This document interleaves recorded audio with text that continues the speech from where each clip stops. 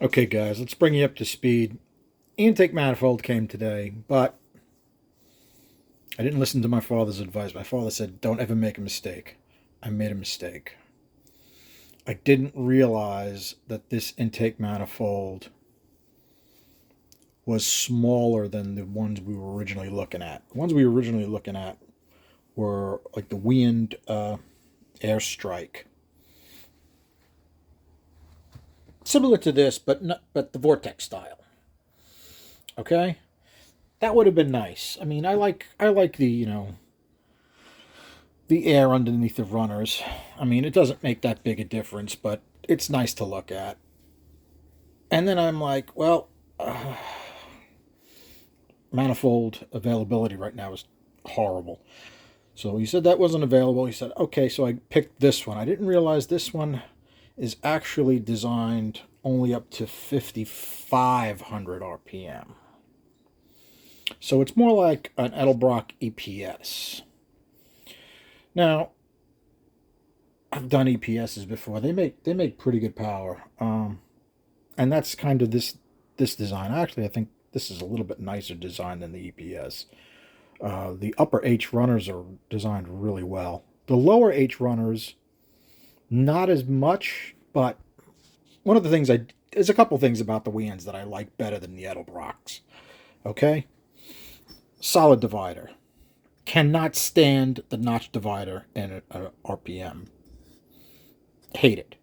If you if you need a notch divider, put a spacer on.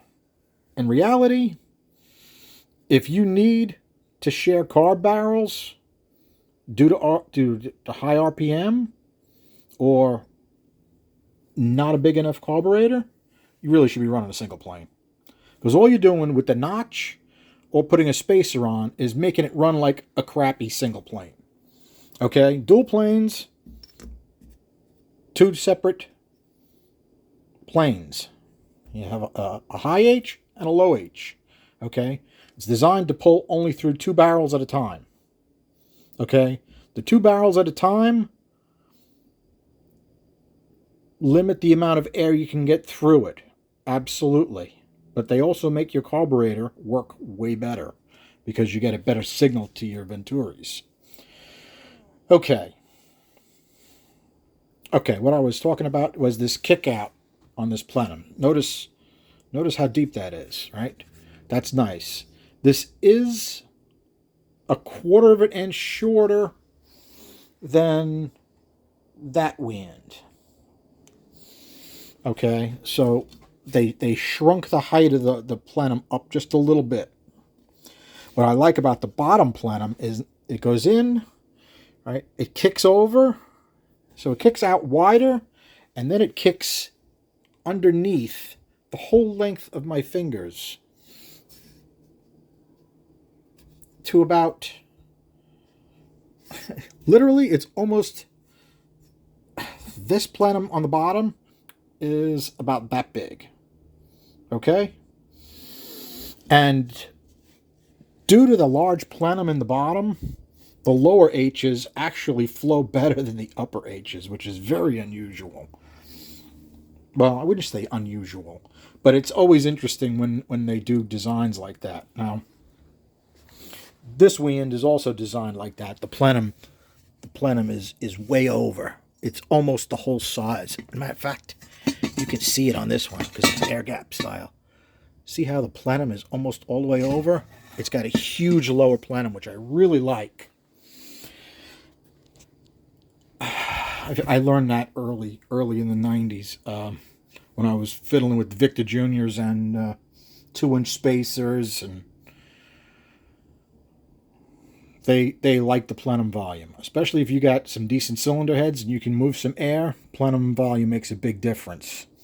Now, I'm willing to bet if I took a 4-hole spacer and tapered it, but I kept the divider in the middle, a hefty size spacer, maybe even a 2-inch, I bet I could pick up 10 CFM per runner on this thing. Okay, so where are we on the cylinder head? I did a little bit more work. I did just a little bit of chamber work to the intake. And I widened the exhaust port just a little bit. So that would be this column here, which everything is almost exactly the same, but I picked up a couple CFM towards the bottom. Now you can see we can get 700 after my last video where I milled down the bosses a bit. Okay, the exhaust I made a little bit wider, and I kicked the outside of the bowl out a little bit.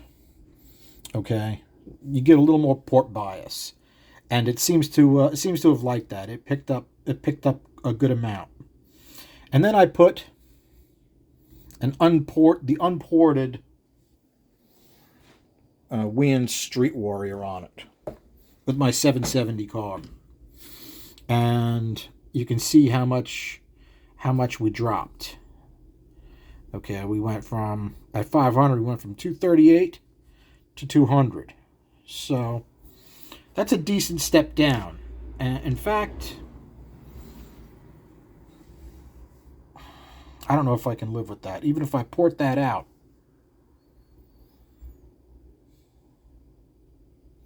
I'm not sure it's going to do what we need it to do.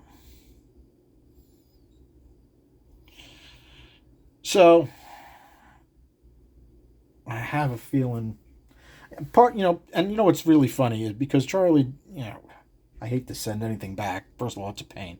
This was already returned once because it was an open package and it had plugs and so forth in it. Not that it's a big deal. It's in perfect shape.